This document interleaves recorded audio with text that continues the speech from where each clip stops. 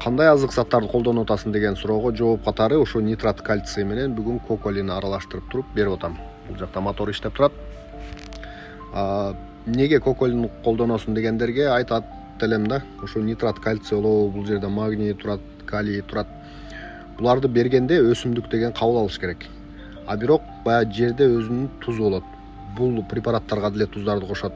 Анан элестеткиле силерге эле бирөө туздуу тамакты берсе да, силер мындай даамын көрөсүңөр да, тузу көп экен деп туруп ичпей койсоңор да, аябай туздуу болсочу, өсүмдүк деле ошондой. Ошол себептен бул коколи деген препаратта жанагы нейтрализация кылат экен да, ошол туздардычы өзүнүн нормасына алып келет. Алып келгенден кийин анан буну өсүмдүк толук кандуу өзүнө кабыл алат. Анан иш башталат да, ошол жерден иш жүрөт. Анан биз баягы мешокто эле берип атабыз, аны кабыл алып атабы, албай атабыз биз билбейбиз да. Бул деген Кытайдын немеси чыккан запатентованный бир препарат экен. Көрсөңөр бул жерде историясында жазып койгон. Основной эми мына байкадыңар да сүрөттү, үлүл. Кыргызча үлүл, орусча улитка. Ошо улитканын жанагындай кандайдыр бир кошумча нерселер бар экен да. Азыр негизи эле ушундай болуп калбадыбы?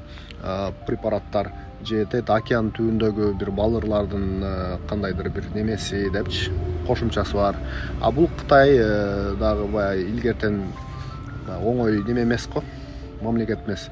Ошонун бир история болуп патенттелген экен да. Бул жерде дагы составын карасаңар, азот 15%, фосфор 3%, калий 5%, анан калганы органические вещество дейт да. Буну жөн эле реклама кылгандагы жерим жок. Буну колдонуп, жакшы түшүм алгандарды көрүп туруп, анан кийин мен колдонуп атам. И чындыгында эле ошондой результат көрсөтүп атат да. Ишенбесеңер, бир мешок алгыла дагы колдонуп көргүлө, бир жарым жериңергечи. Калганына колдонбой көргүлө, анан айырмасын көрөсүңөр.